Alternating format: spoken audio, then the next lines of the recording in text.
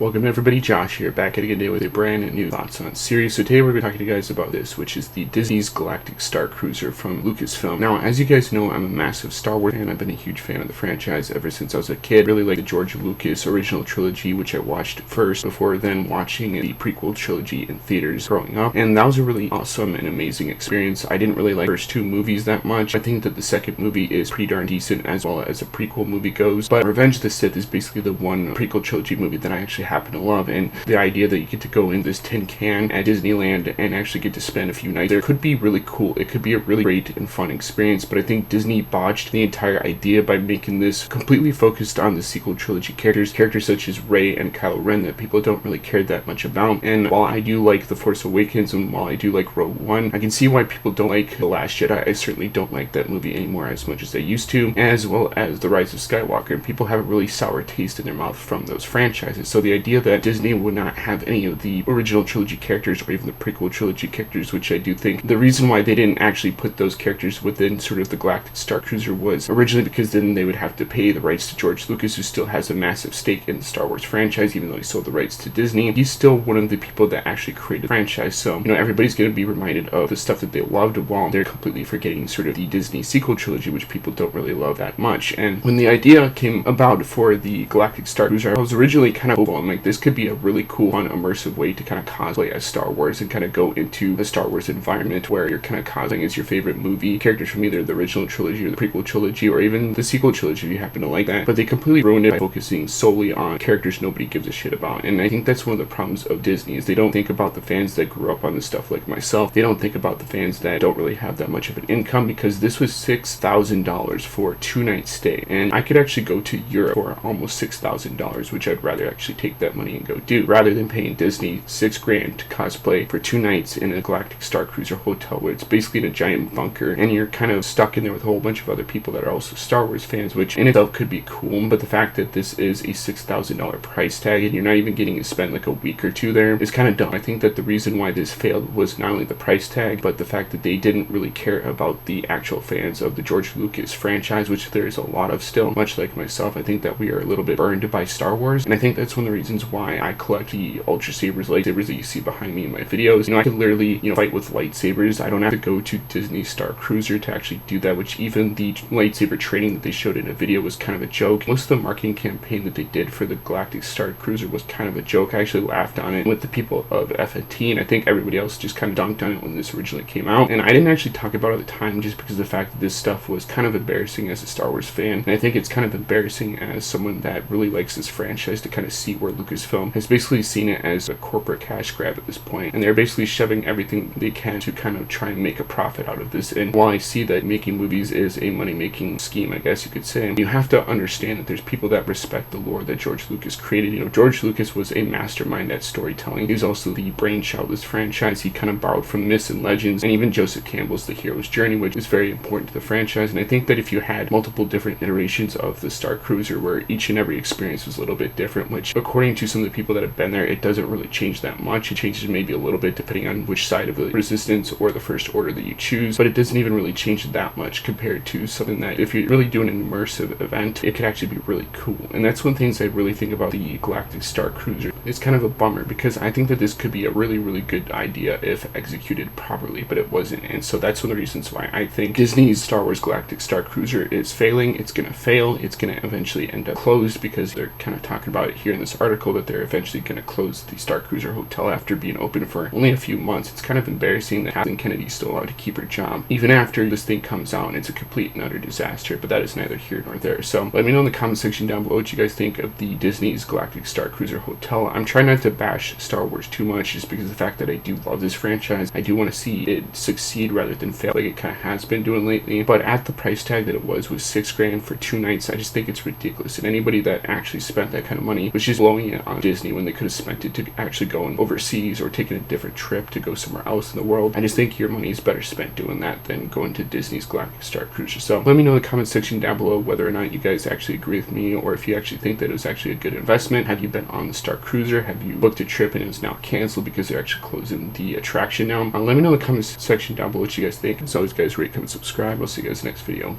Peace out.